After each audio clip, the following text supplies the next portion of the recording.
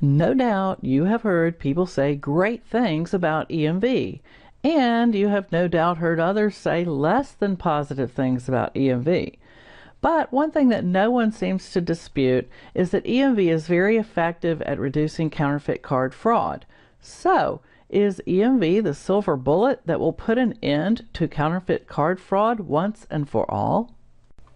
In order to answer that question, it's important to look at skimming. In this presentation, we will define skimming and examine several ways that skimming is accomplished and a PIN is obtained. We will review some of the current methods that acquirers and issuers use to prevent and detect skimming. Then, we will explain why EMV is so effective at preventing counterfeit card fraud. We will also take a close look at the data that is found in an online transaction and see how it can help acquirers and issuers identify potential counterfeit card fraud. Near the end of the presentation, we will suggest things that acquirers, issuers, and consumers should do to reduce the risk of being hit by counterfeit card fraud. And finally, I'll give you my opinion about the silver bullet. The term skimming refers to the scenario where someone captures data from the magnetic stripe on a card, usually without the cardholder being aware it is happening. This data capture typically occurs while the cardholder is performing a payment transaction at an ATM or point-of-sale terminal. The intent behind this data theft is to fraudulently access the true cardholder's account for financial gain. This can be done by producing counterfeit cards and using them at ATM or POS terminals, or by using the stolen data to perform card-not-present transactions over the internet. Naturally, fraud resulting from skimming has a huge impact on everyone in the payments industry and our customers. Skimming started out at ATMs in major metropolitan areas, but gradually migrated to smaller settings and areas where consumers were less aware of what to look for at and around an ATM. Skimming incidents are currently on the rise because of the inexpensive or even free tools that are available to criminals today and how simple it is to skim data from a magnetic stripe.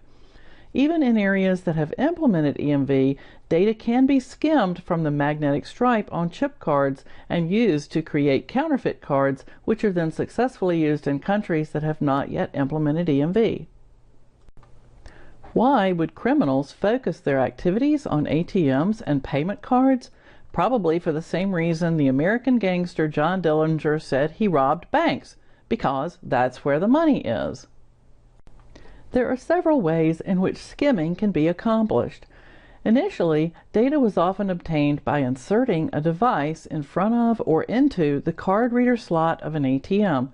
As the card was pushed or pulled through the reader, the data from the magnetic stripe would be recorded onto digital media that had been added to the ATM by the criminal. Later, this data was downloaded to a PC and written to a blank magnetic stripe on a dummy card or a white plastic test card. Today, the most common method of skimming that is used around the world involves using a device such as an MP3 or MP4 player, a hacked Bluetooth headset, or a mobile phone to capture the sound of the card data signal during a transaction. The sound is recorded as audio, such as a WAV file. If the ATM contains a jamming device, the jamming signal is also recorded. The criminal takes the WAV file and filters out the jamming signal using an off-the-shelf software program such as MagStripper, which can be obtained for free from the internet. Once the jamming signal is filtered out, the remaining card data is converted and written to a blank magnetic stripe. Law enforcement agencies are concerned about a new form of skimming called the stereo method of skimming. The criminal has a device that performs two reads, one of the jamming signal plus the card data, and one for the jamming signal alone.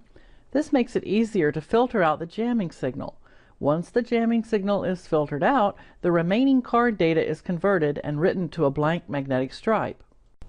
Capturing and reproducing the magnetic stripe is relatively simple, but in order to take full advantage of the skimmed data, the criminal needs the PIN. This can be obtained in several ways. The simplest way is just to watch the cardholder entering their PIN. This is called shoulder surfing.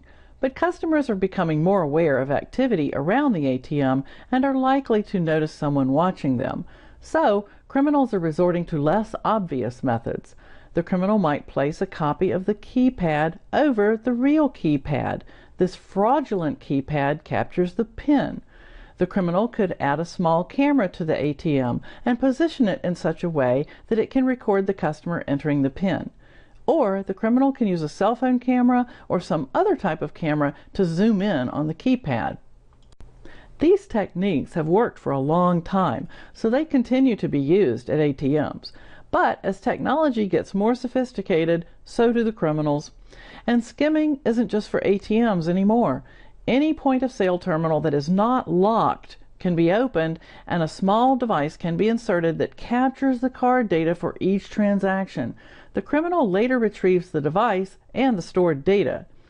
Anytime your card leaves your site, there's a potential that it could be skimmed. For example, at a restaurant, what happens when you hand your card to a dishonest server? They may be using a small handheld device to skim data from your card. Once the card data and potentially the PIN have been captured, there are several ways the data can be used. The criminal can make their own counterfeit cards and use them in card-present scenarios. The criminal can then use the data in card-not-present scenarios, such as internet purchases.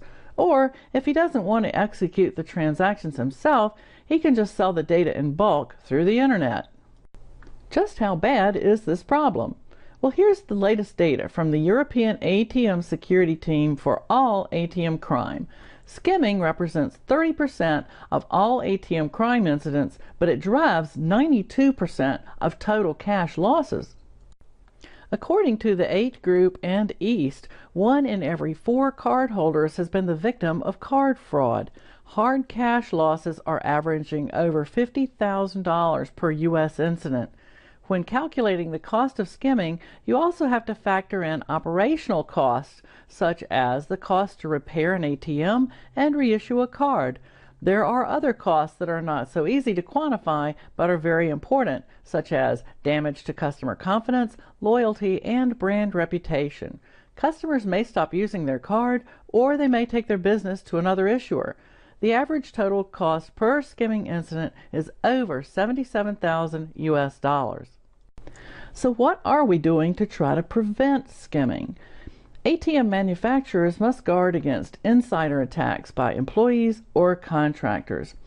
And physical measures include adding a shield around the PIN pad, which makes it more difficult to see the PIN being entered. A shield for the card reader slot helps prevent the introduction of an unwanted device. Jammers can block external readers or disable any device placed on the card reader.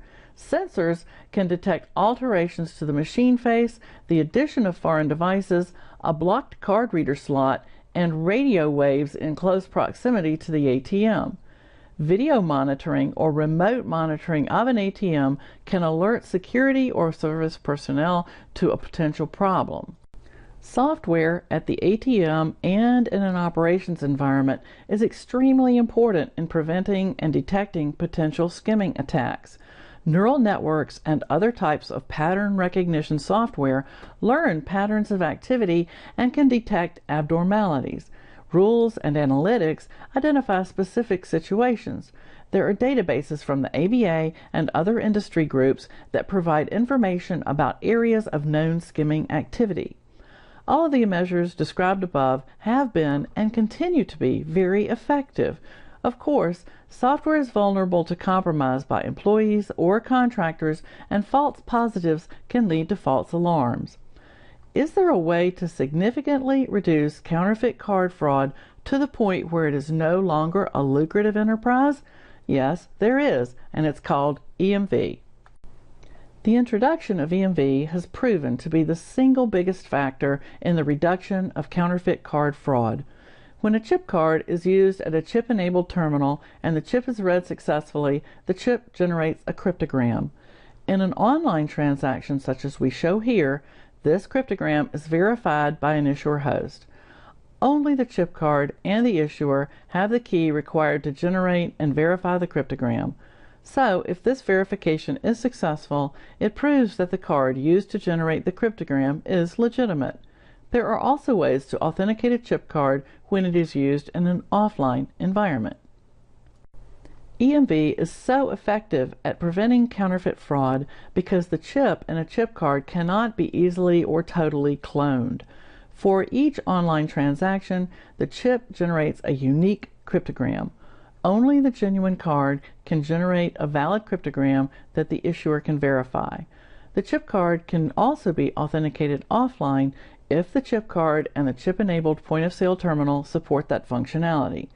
But even after the introduction of EMV, counterfeit card fraud still occurs, typically when the magnetic stripe on the chip card is skimmed. So it's very important that acquirers and especially issuers know what data elements in an online transaction request they can use to determine whether some type of counterfeit card fraud is occurring. The first key piece of information will be the track to data.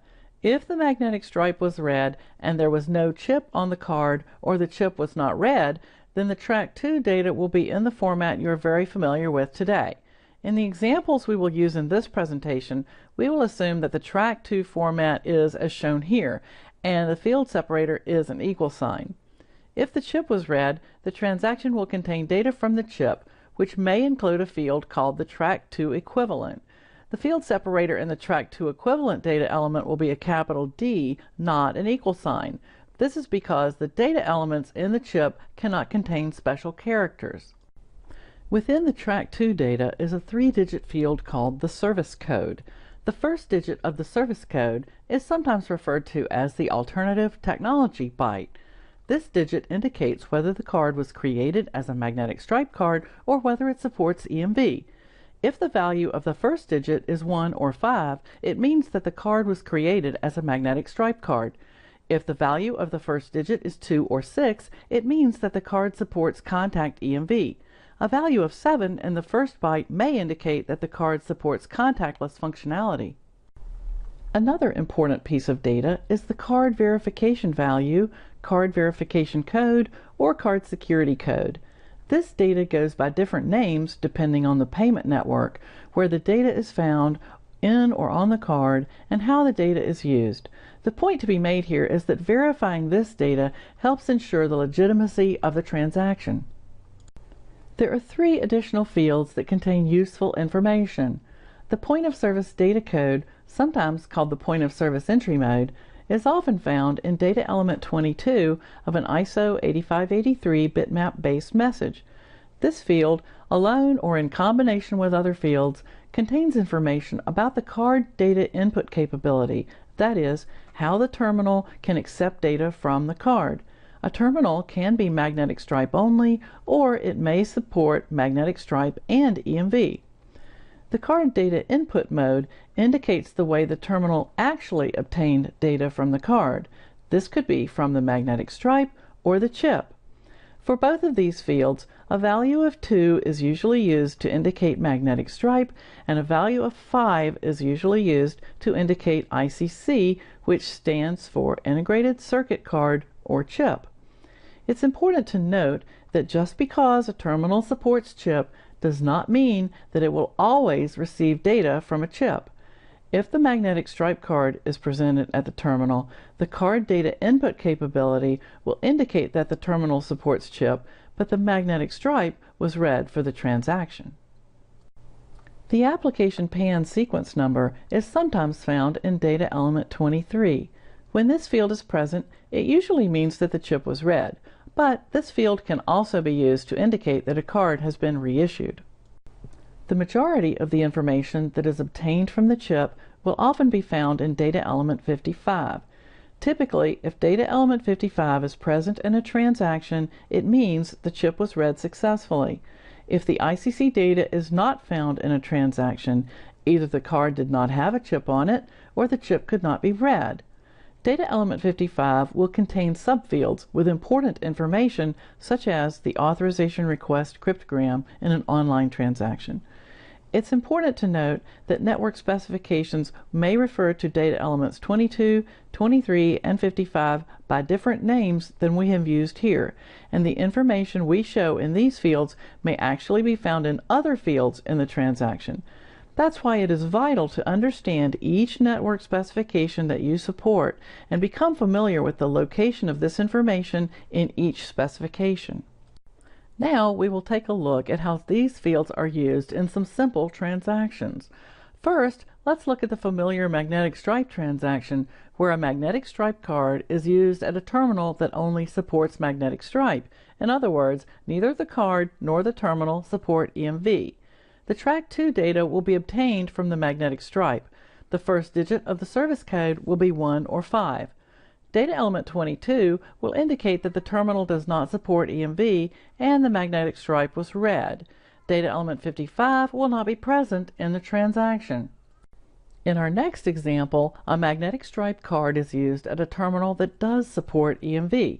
The terminal reads the magnetic stripe and realizes that based on the first digit of the service code having a value of 1 or 5, there is no chip on the card, so the terminal does not attempt to read a chip. It continues with the transaction the same as it would today. The track 2 data in the transaction is from the magnetic stripe. Data element 22 will indicate that the terminal does support EMV, but the magnetic stripe was read. Data element 55 will not be present in the transaction. In this example, a chip card is used at a terminal that only supports magnetic stripe. The terminal reads the magnetic stripe. Because the terminal does not have the ability to read the chip, it continues with the transaction the same as it would today. The track 2 data will be obtained from the magnetic stripe. The first digit of the service code will be 2 or 6 to indicate that the card was created as a chip card. Data element 22 will indicate that the terminal does not support EMV and the magnetic stripe was read. Data element 55 will not be present in the transaction. In this example, a contact chip card is used at a terminal that does support EMV.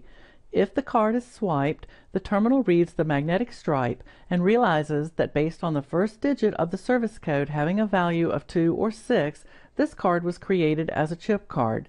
The terminal will then prompt the cardholder to insert the card. Naturally, if the cardholder has already inserted the card, this prompt is not displayed.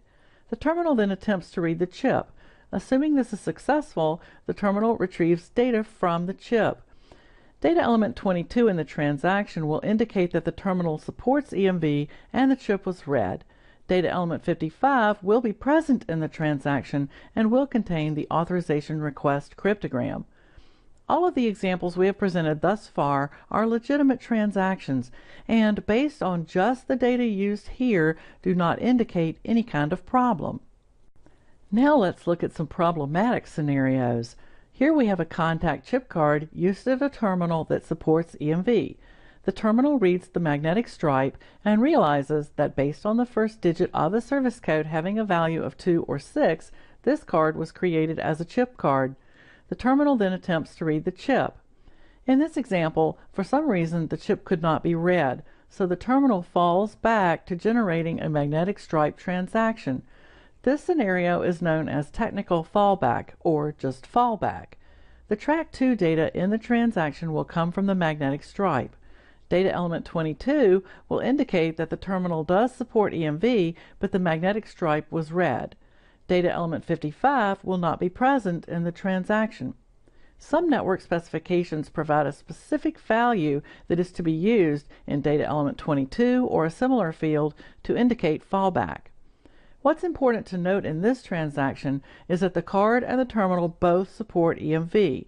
Based only on the data above, we cannot tell whether the card is legitimate and there's just something wrong with the chip or the chip card reader in the terminal, or if the card is counterfeit. This is when the issuer must bring to bear all of the other weapons in their anti-fraud arsenal, including fraud score, rules, customer behavior patterns, customer lost or stolen report, and so forth to determine potential fraud. Now let's look at what happens when a counterfeit card is used at a terminal that does not support EMV. We will assume that this card was created when the criminal skimmed the magnetic stripe from a good chip card and put the track 2 data on a blank magnetic stripe card. The terminal reads the magnetic stripe. It does not attempt to read the chip because it does not have the ability to do so. The track 2 data in the transaction will come from the magnetic stripe. Data element 22 will indicate that the terminal does not support EMV and the magnetic stripe was read. Data element 55 will not be present in the transaction. So how does this transaction differ from the previous one? In the previous example, the card was used at a terminal that supports EMV. In this example, the counterfeit card was used at a terminal that does not support EMV. Because this terminal does not have the ability to read the chip, this is not a fallback transaction. With the liability shift in place, if this transaction turns out to be counterfeit, the acquirer may very well be liable for the fraud, since they were the non-EMV compliant party. All of the transactions we have described here are simply examples. You may see different data elements or values depending on the network specs and the ICC applications you support. It's clear that there is a lot of important information in a transaction that can indicate potential fraud. So, is EMV really the silver bullet that will eliminate counterfeit card fraud? No, it's not, but it should be a significant part of your defense against this type of fraud. These statistics from the European ATM security team show that international ATM skimming losses in Europe dropped significantly with the introduction of EMV, but skimming losses still occur, primarily in cross-border transactions from countries that have not yet migrated to EMV. In addition to implementing EMV, what do acquirers need to do? They definitely need to continue their current practices, using both hardware and software measures to prevent and detect skimming. In addition, lock down the ATM software or consider using a whitelist solution that only allows authorized code to run on the machine. Stay current with the security updates for the operating system, and be sure to properly configure firewall and antivirus software. Consumer awareness programs also have a positive impact, although many institutions are reluctant to release information related to skimming attacks and fraud losses. Consider migrating to EMV. This will help you avoid counterfeit card fraud losses due to the upcoming liability shift.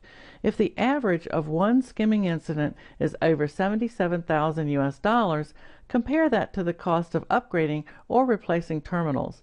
Maybe this information can help you build your business case for EMV. When implementing EMV, acquirers should use proven software releases and EMV kernels. Make sure every terminal uses a truly random number generator. There have been scams involving ATMs that generated predictable numbers instead of random numbers. Acquirers must comply with all payment network requirements related to fallback. Consider supporting offline functions for point of sale. You should test every conceivable scenario and combination of card and terminal functionality. Issuers should take a close look at their authorization and fraud detection systems so they can recognize fallback and potential skimming scenarios. Consider the frequency of events for any given card and the location of the acquirer, especially if the acquirer is in a region that has not yet implemented EMV. Verify the card's security code value from the magnetic stripe or from the chip when the chip has been read. Look for combinations of data and patterns that don't make sense, especially related to the service code, terminal capability, data entry mode, the type of transaction, and so forth. Have your authorization system log messages about suspicious events and notify the appropriate teams so proactive measures can be taken. Issuers must comply with all payment network requirements related to fallback. Within that framework, issuers will also want to establish their own best practices. If you can quickly and easily identify a PAN or a card as magnetic stripe or chip by using unique bins and other indicators, this will make troubleshooting much easier. Consider supporting offline functions for point of sale, and establish clear reporting and troubleshooting procedures. We are all consumers and we are all cardholders. We must be alert and aware of potential skimming situations. Always look closely at an ATM before using it. Does it look like the keypad or card reader slot have been tampered with or have unusual configurations? Is there a camera in a strange place? Use ATMs in safe, well-lighted, secure locations. Notice who is around you and what they are doing. Guard your PIN. Just use common sense. I'm sure you are thinking, all of these recommendations are just so obvious.